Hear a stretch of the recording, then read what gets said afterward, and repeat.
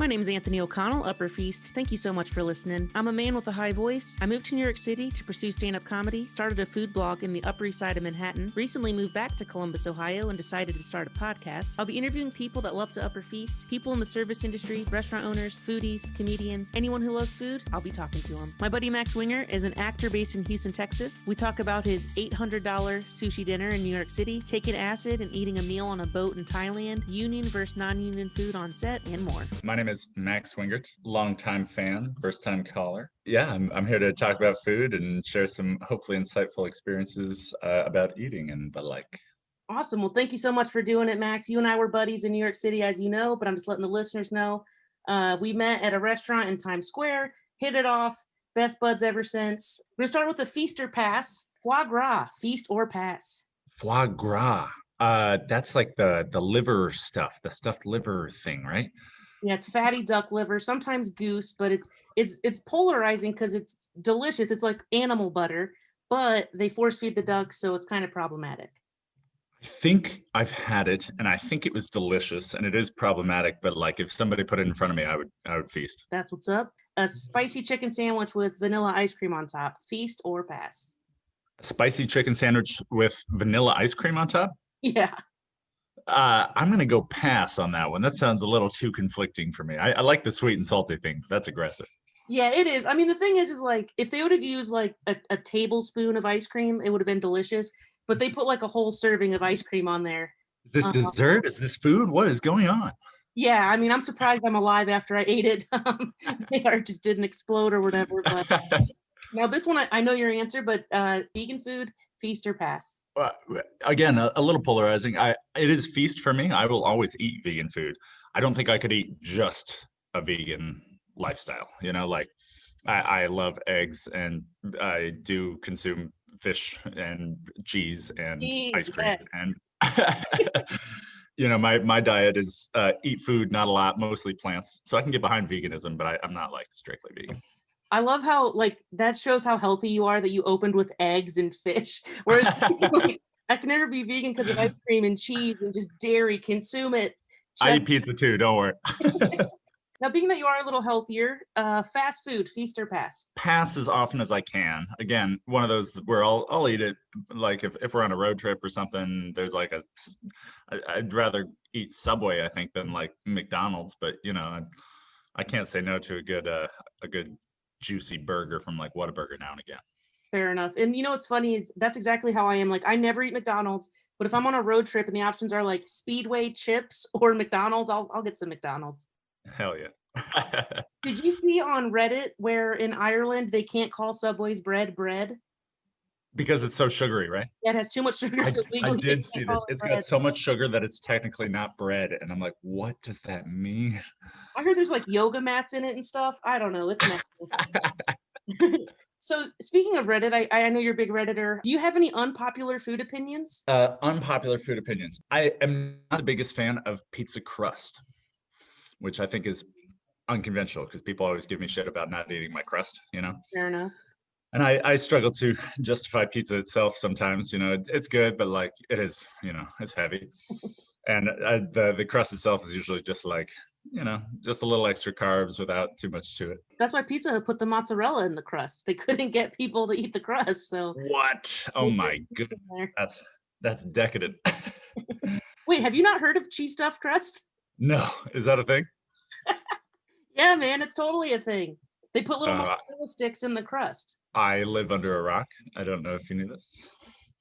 I don't know if this counts, but I take apple cider vinegar shots every day. Helps with the old digestion and makes the people around me go, what? Oh, God, why are you doing this? And I'm standing there going, it's really good. Oh, Jesus, for you. It's so good. You know? It's like a shot of liquor. My sister gave me a shot of that once and it like burnt my throat like it was. Yeah. You're like, this has to be good for you based on how much I am in pain. Right. I'd rather just chug some ranch dressing or something. This sippy. And I'm a big fan of cow tongue. Cow tongue? I love cow tongue. What's the first time you had it, like on a taco or what? I think if you had asked me as a kid what my favorite meal was, I would have said cow tongue. And I think I remember having it sort of barbecue at the table, Korean barbecue style, where they like cook it up right in front of you. And there was just some transformative meal as a kid where they like cooked it up just right, and it was like sauced right. And for years, I told people my favorite meal is cow tongue, and everyone's like, "What the hell is wrong with this kid?" You're the coolest little kid ever. That's amazing. Hey, just wanted to say thank you so much for listening so far. If you're liking it, please subscribe, tell a friend. If you're loving it, please give us a 5-star review. Do you have like a best dining experience that comes to mind? I'm sure you have tons of them, but just like one or two? Two came to mind. One was I had the chance with a then business partner, like my soon-to-be boss, took me to Morimoto's sushi restaurant in New York City. Amazing. It was transformative. We did the full tasting menu with like the full wine and sake pairing, so everything is just like, it's small bites, but it's like 13 courses or whatever with little sips, and you take a sniff of this and you take a lick of this, and you like plug your right ear and then you lick this again and then take a sip of your wine. And I mean, I've never really like appreciated the foodie thing, but that night was amazing. That's really, and then and hold on. Let's not skip ahead. So I imagine that since your boss was paying for it, that amazing meal tasted a little better, right? So the bill did come for the two of us. And when I saw it, I asked if he wanted to start running first or if I should start running first. It's like a month's rent in some places. For the two of us, the bill was $850 before the tip. Oh my goodness, dude. And it better be transformative for that price. But I bet it's worth it. You get what you pay for. As you said, luckily I was not paying. So he put it on the company card and they were unamused. See, now for me, like I've had really expensive, fancy things. And for me, for example, if I spend $100 on sushi, which is still pretty expensive for most people, I don't think that your sushi experience was 8 times better, but maybe it was. I've never been there. Like, would you say it's 8 times better than like an average sushi meal? I don't think 8 times, maybe 3 times, It was good. I mean, like I said, it was one of the best dining experiences of my whole life. Like, the wine is measured out, so you've got like just the 3 ounce that you're allowed or whatever. And at one point, one of our courses like took a little too long to come out, so I had like drank my little sip of wine already, and he like gingerly refilled just a little bit of it, and he was real apologetic. And I can't imagine the kind of clientele the waiter has to deal with a place like that. Was it stuffy in there, or did it feel like weirdly chill and relaxed? It was groovy. It was hip. There were a lot of guys in there flexing business wise and date wise and stuff. Amex black card, fancy suits, the whole nine. My boss and I are wearing like shorts and sneakers, because we've been running around doing projects in New York. So we're very underdressed compared to the Louis Vuitton around us, That's a flex in and of itself, though. Like they probably thought you were famous. They're like, oh, this guy must be an actor. He's handsome. He's wearing shorts. Probably from Silicon Valley or something. One of those guys. Right. Like I remember one time my cousin Isaiah and I went to get some food, and thankfully it was free. It was like an upper feast thing. And we showed up. I was wearing Nike sweatpants and a Nike hoodie, and my cousin Isaiah was wearing the same exact outfit. Not same colors, we weren't coordinated, but just super chill hoodies. And Isaiah was like, man, I feel weird. Everyone's so fancy. And he was like, dude, they're paying like suckers. We're doing it for free. Like, we win. Heck yeah. And you're like recording with your light and stuff too. So you're like, I'm shameless. Like those guys in the corner. No. Let me just put a bag over my head so I don't see the guy with the light. Dude, one time on the Upper West Side, I was at a pizza shop, and I don't know if you remember me telling you this, but we'll let the folks at home know. This lady was like, sir, well, actually, she called me ma'am, full disclosure. She called me ma'am. And I was like, well, I'm a dude. I have a high voice. Yeah. So she goes, ma'am. And I'm like, oh, I'm a man. I have a high voice. And then she goes, sir, turn off your light. You're ruining my experience. And so like I looked, and there was no way she could possibly see it. So she gets the manager over, but the manager invited me to come. So the manager's like, I'm sorry, miss. He's a foodie. We invited him for Instagram. And it just felt so good. But then she literally put her linen over her head, and she was just making such a scene. It was so dramatic, like stereotypical Upper West Side madness. It was nuts. You're a heathen, and she's probably scarred to this day. Now, what about do you have another great dining experience? I know you were going to say another one, but I kind of cut you off. I do. It's an oddball one. So I figure I'd give you kind of a range. So back in the day, a couple years back, I'm backpacking around Thailand with some cool buddies, Edgar and Will. One of those days in Thailand, Will and I decided to take a day-long boat tour, kind of around Phang Nga Bay and around the cool islands. And we were going to go swimming, and we were going to paddle some kayaks through some caves and all kinds of groovy stuff. So naturally, that was the ideal day to take the LSD that I brought with me. Oh, God. So we got all situated, got our sunscreen on, got our life vests on, and I dropped that acid, and we started cruising around, and it was a good decision. On the boat, they provided lunch, and they cooked it up on the boat. Like the downstairs of the boat was like a whole kitchen area, kind of one of those big boxy houseboat looking things, And they cooked up this meal that, in my acid-addled state, I was a little like hesitant to eat. I wasn't really feeling hungry or whatever. But Will, luckily, is like, well, first of all, you have to eat. This is gonna be a long ass day. And second of all, this meal is incredible. So they laid out a spread of like build your own plate with, I mean, it was meats with sauces and rice and veggies and kind of stir fry stuff. I don't even know what all was in there. I don't even know half the ingredients, but it was, to this day, one of the best meals I've ever had. And I don't know if it's just because the ingredients were so damn fresh, if it's because they made it downstairs, if they just used the right blend of spices, if it paired well with LSD, I don't know if you can say that on a menu, but it to this day, like, I remember the flavors, I remember the sensations in my mouth, the mouthfeel, Ooh. Now, I'm picturing like a small little like shanty boat. Was this like a fancy boat or like kind of like a sketchy boat? No, you're totally right. Totally sketchy boat. Totally like touristy, trappy sort of tour guides, who are hustling us with like bar tricks and trivia, That's awesome. But the views were probably amazing, right? You're out on a river, just floating, chilling. Incredible. I mean, with or without hallucinogen pumping through my veins, it was an incredible trip, That's amazing. Hey, pun intended, huh? Incredible trip. Hey, machi. That's great. Now let's go the other way. Do you have a worse dining experience? This one was harder for me. I don't have that many from like a bad waiter. I don't think, like, nothing really popped into my mind. There was one time when you and I went to a bar. We were walking around, bar hopping or whatever, talking about a project, and we walked into that bar. I think it was like downtown or something.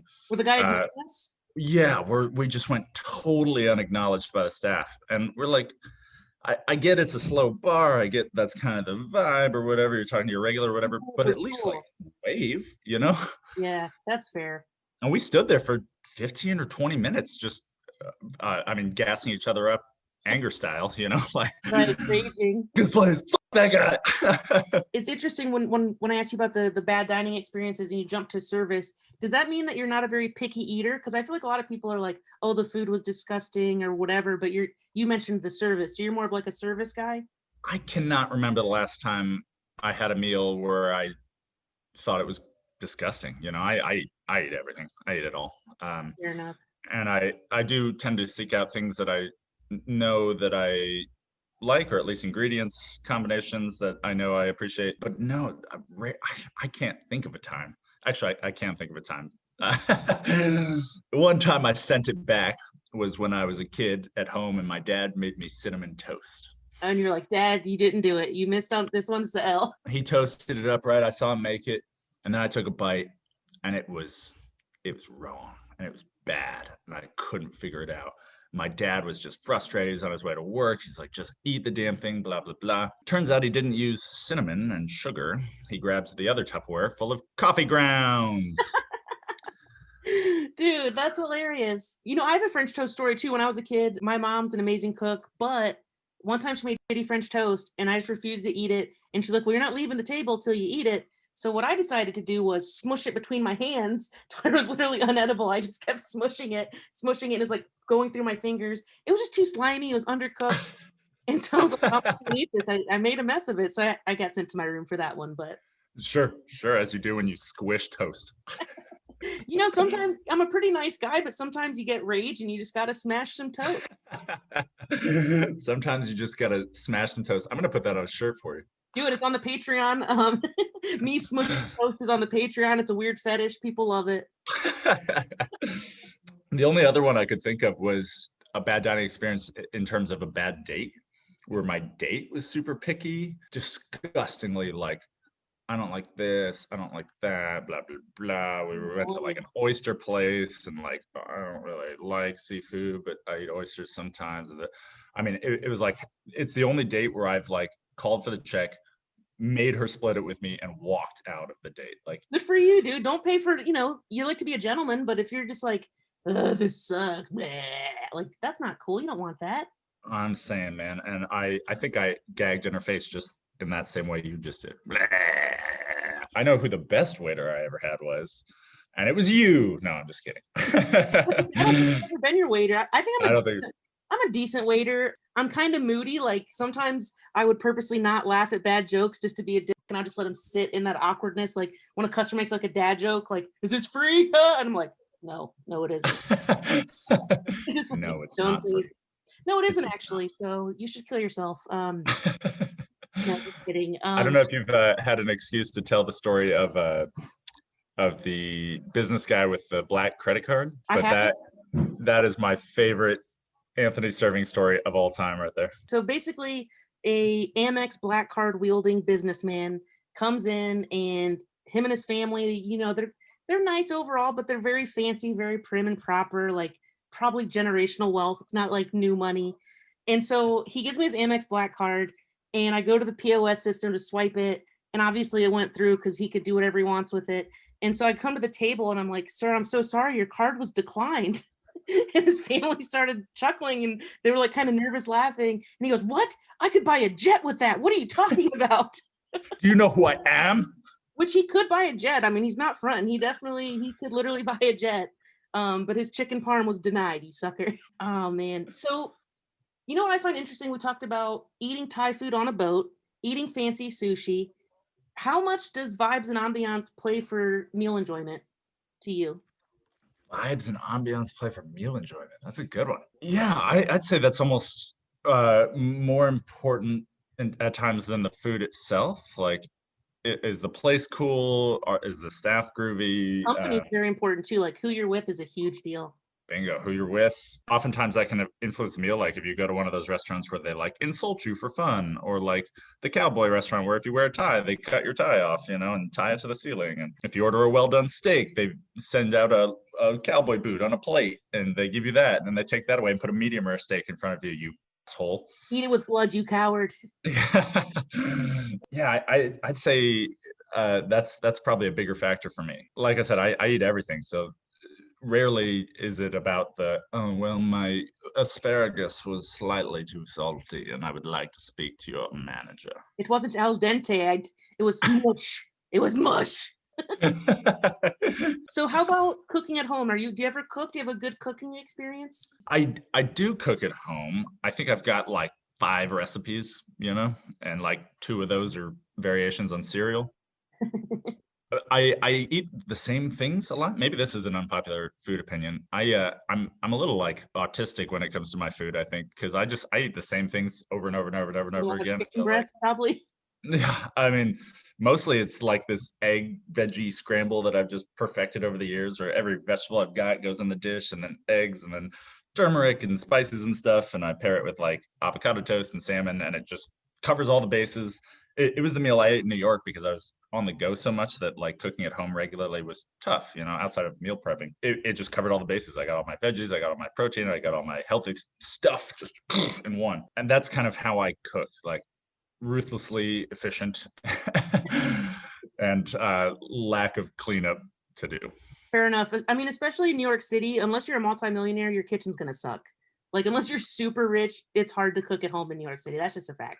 I mean, you've got roommates, you've got a small fridge that you share with the roommates. I did a Hello Fresh for a while. It was pretty cool. Like, hopefully we can get a little sponsorship up in here. What's up, Hello Fresh? No, they're great because they just give you the individual ingredients and here's your dumb how to do it for dummies menu card, and that was great. It was just a little pricey at the time. It is. You're paying for the convenience. If you're eco-friendly, it does have a lot of waste, which is not ideal. Now, do you have any fun, like you ever cook with a girl or a date, or maybe they cooked for you or something, or? Last night, no less, Nice. No, I've been seeing a lady over the last couple months who She is Iranian. She comes from a very cook with the family kind of family, you know. She makes incredible dishes where she's like, well, I've got all these ingredients. What are you feeling? I'm like, I don't know. Eat food, not a lot, mostly plants. Like, go crazy, you know. Like, I need rice and veggies. I don't know. I need my protein because I don't know if you knew, but today was leg day. Man, Uh, jacked. so yeah, she's been cooking for me, and especially during our kind of pseudo hurricanes that we've had recently, it's nice to have somebody who like makes really good home cooked food. You know? That's awesome. And I feel like it tastes better when a pretty girl makes you food, or boy, whatever you're into. Like when someone that you like and love and care about, when they make it for you, it literally tastes better. I think that's like science. It does. It does. I totally agree. Now, since you're not the biggest cook, do you have a worst cooking experience? Like burnt something, caught something on fire, made something inedible, gave you diarrhea, any number of horrible. Hmm. I don't think anything that I have cooked necessarily. Certainly, I've set things in the kitchen on fire. I think we all have. I've gotten food poisoning before, but it was more from like gas station sushi, you know. Oh my God, why would you risk that, you maniac? Because I was in Japan. I was at the Okay. train station. I figured if anybody's gonna get it right, and then like later that day, I'm like, why do I feel like my head is heavy, my body's heavy? And I tried to eat some like curry that night, and then right after I ate the curry was when my body went, okay, we're going to be in pain and get everything out of you for the next 36 hours. So buckle in. And then I was in agony for like a day and a half, like real pain. It was bad. It was real bad. The only thing I can think of is one time when I was in college, I had this is so stupid. I had a bologna sandwich with mayonnaise and cheese, and I left it in my front seat on a hot summer day. And then in the morning when I was driving to class, I was like, "Fuck it, I'll eat it." I ate it. Needless to say, I got violently sick. I threw up. I had diarrhea. Apparently, hot mayonnaise and bologna is not healthy. I didn't know this. Did you know this? I'm putting hot mayonnaise and bologna on a shirt for you as well. Thank you. I'm gonna have a whole new wardrobe. I appreciate it. Hot mayonnaise and bologna. I mean, gross. Gross. Yeah, I'll go with super gross. gross. Super gross. Interesting one for you. So I'm an actor for your listeners who do not know. And I've done some extra work where there is food involved and you have to like eat food. The trick is to not eat too much because you need to take just the smallest little nibbles, not just because they have to change the food out, but because we're going to do that take about 100 times from different angles. And if you eat a big bite, then you got to keep eating that big bite. So by take 97, you're passing out ready to throw up, and the food has been cold and it wasn't really meant to be consumed like this anyway. It's been sitting out. So if you're ever an actor on set, small bites all around. I remember I used to do a crowd warm up for Cash Explosion, which is an Ohio lottery game show, and we always had that little what do they call that cart where all the food is for when you're on set? I don't even remember the name of it. Crafty. Yes, craft services. And I used to always take stuff to go because they had like Cliff Bars and nuts and cashews, and I would always just load that up to go. I don't know how to act. Like you're not supposed to be there. Like you're not supposed to be your first time there. You know what I mean? Like act like you've been here before, but not me. I'm like, if there's a free Cliff Bar, what am I not going to have the free Cliff Bar? Just wait till you get to a set where there's the non-union craft table and the union craft table. Where over here we've got like the crap black awful made it in a blender coffee over here, and then over here we've got the nice espresso machine, and over here we've got the crappy peanut butter and some white bread, and over here we've got a nice salmon spread and the caviar, and there's no one at the union table because there's like 4 union people on set and 100 of us non-union people trying to queue up to this crappy little table. And occasionally you'll go, what if I just went over to that table? That's what And I that's was when you thinking. find out there is one person whose whole job is to stand there and go, this food is not for you. Really? No, You I would am get sorry. You are non-union. I am so sorry. This food is not for you. So it just sits there and like mind explosion. So I know you just mentioned your acting stories. Want to talk about some cool like server stories, food industry stories? Obviously, I've got plenty of stories of like the lady who just could not be pleased and could not wrap her head around the fact that we were not a steakhouse. We were a family style Italian restaurant. I don't know why she couldn't compute this or why her 2 family members there with her could not fully communicate. We are not going to get you a small steak. Like it just cannot be done. You can have a steak, but it's bigger than you are, and it's meant for 12 people. we're a pasta restaurant. No, this is, you can't. I mean, I must have explained things probably 12 different times. I had another server try to explain it. She ordered a veal dish with pasta and then didn't want that because she didn't want the pasta. She sent it back, then ordered just the veal, and then that wasn't right either because we took away some of the veal, and we sent that. By the end of it, she was literally in tears and really crying. That's so extreme. even the GM went over to talk to her and try to explain the concept, and she's just crying and shaking her head. And they left. They spent an hour and a half trying to get something not on the menu. People could not understand that we did not have Alfredo. They would be like, and they would order it so confidently. They'd be like, "Yes, I'll have the chicken Alfredo. Excuse me, sir. Point it out on the menu. You can have it for free." Wait, what? I had it last time. Oh, they always said that too. And it's like, well, that's cool. You got lucky, but this time, no. I don't believe it's like, first of all, no, you didn't. Second of all, please order something else. Right. What is like the best customer for you? Like, do you like it when they try to joke a lot and have a lot of fun, or do you like it when they're just kind of like nothing? Or what do you have a pref? It depends, because the jokey thing, as you said before, like with the dad jokes that we've all heard 1,000 times about, like, oh, I guess it's free. What are the rest of you gonna eat in front of a plate bigger than he is? You know, like those kind of jokes. I hate those kind of jokes. I think the best people to serve are generally other servers, probably. Because they help you lift a plate. They keep everything nice and clean, and they tip like maniacs. Right. I did enjoy, like, especially during the holiday season, making families nights, you know, where they really saw that they had a damn good waiter, because I was a damn good waiter, you know. You are, because you're an actor, so you can pretend like you care so much.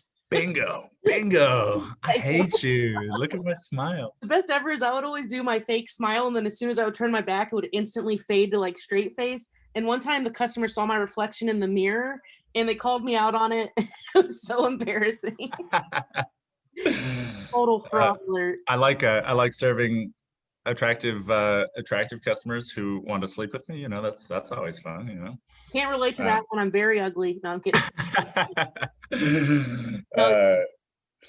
Yeah, I think people who are just compassionate with servers are my favorite, you know, like where if something goes wrong, they don't lose their mind, they don't flip their lid, they don't, you know, oh, my night is ruined.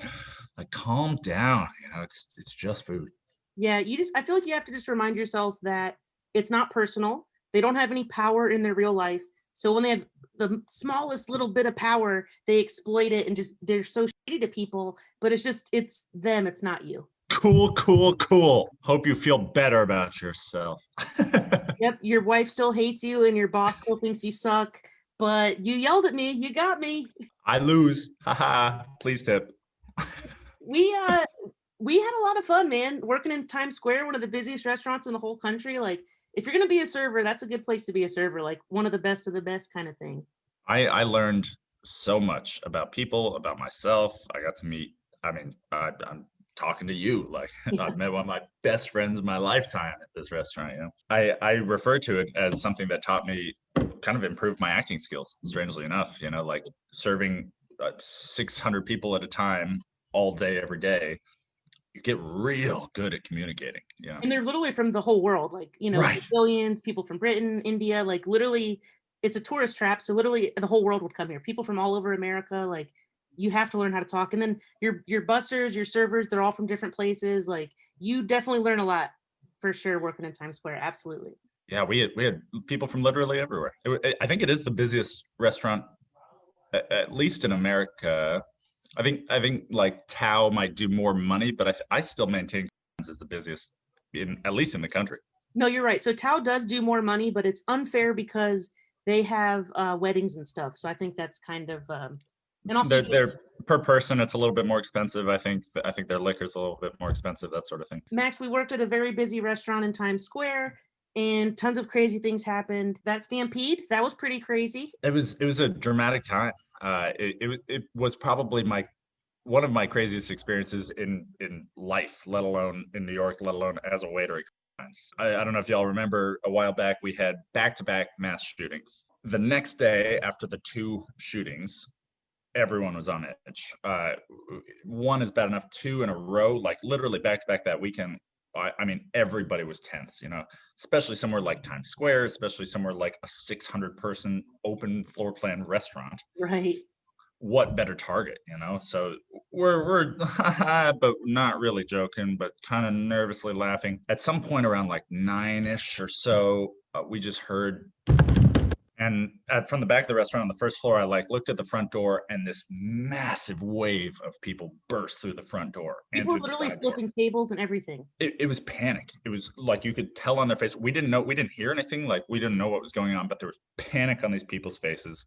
A massive amount of people obviously running for cover, and everyone immediately goes, no, it can't be. Like it could be, it probably is, but it just can't. People are flipping tables, people are screaming, crying, there's broken glass everywhere. I'm trying to get people to stop flipping tables because the table's not going to stop a bullet if the bullet's coming. And now there's broken glass and everyone's cowering and getting all scratched up. It was literal chaos, panic-induced chaos. People are running out the kitchen, running out the back doors, running up the stairs. The kitchen's on fire. We don't know what's going on back there. We've got one manager who's just trying to bar people from coming in the front. We've got another manager who's already halfway down the street. He doesn't care. He's gone, Yeah. Can't blame you. No, I mean, I can't. Like, how do you respond in it? Turns out there was no shooter. In the middle of Times Square, a group of guys intentionally backfired their motorcycles. So what all the people heard was bang, bang, bang, bang, bang, bang, bang, bang. And for the untrained ear, it does sound a lot like the beginning of a shooting. Especially when tensions are high. And actually, I didn't know that it was intentional. I knew that it was motorcycles backfiring, but I didn't realize they were being jerks about it. They sidled up on their little motorcycle group, and then I don't know if somebody dared them. I don't know if they knew what the result would be, but if you watch the footage from up above, there's this wave of panic that erupts from this group of motorcycles, and it affected like most of Midtown. Like Broadway got stampeded, other restaurants got trashed. By the end of it, was wrecked. Yeah. Crashed. I've never seen it like that. How about the time when the lights went out? Remember? Yeah, that was nuts. Yeah, that's it. Dude, that was so eerie being in Times Square with all the electricity off. Like that was like a zombie movie. That was really, really intense. That was spooky, man. And that was one where we're like, is it going to come back on? What do we tell our clientele? Like, sorry, I guess leave in the dark. I hope you got a flashlight. And then we went out after that and blew all that cash at the bar because we got off early, and that's what you do when you're a server. Dude, we had such amazing times. I'm so glad I met you. So glad I got to work there and we got to work together on stuff. And I know I said that Times Square was kind of like zombie land, and I think this is a perfect segue into Zombiegram, which you and I co-created, mainly you, and you're working on it. Like, do you want to tell us? We're about to get off of here. It's almost over, but do you want to talk a little bit about that? Let the people know what's going on? Back in the day, as we said, Anthony and I were putting real hours, maybe caffeine and whiskey fueled hours into writing a web series, obviously about us, because who doesn't want to watch us do our thing? Me. So we started writing the series about social media obsessed individuals during the zombie apocalypse. Zombies are everywhere, but you've still got your buddy who wants to be a DJ. You've still got your obnoxious friend who's trying to flex on the gram. What does that world look like? And we got through. I think I've got 5 full web series episodes, decent episodes. I expressed that to my cousin who owns a production company down here in Houston. And he said, "Let's make that into a show." So at the moment, I'm taking a pilot writing class and trying to flesh out not just the narcissistic, like, Anthony and Max have a show, watch us do stuff, but also like real characters and real story arcs. And it's tough, but it's coming together. Well, thank you so much for doing my podcast, and I would love for you to do it again. Before we sign off here, do you want to let the people know your Instagram and all that stuff? I'll put it in the description too. But you can find me at Max Wingert, MaxWingert. If you Google Max Wingert, you'll find all my stuff. You'll find my Lonely Bartender web series that I made during quarantine. You'll find my website. You'll find my hilarious and adorable online presence, which I've worked very hard to cultivate.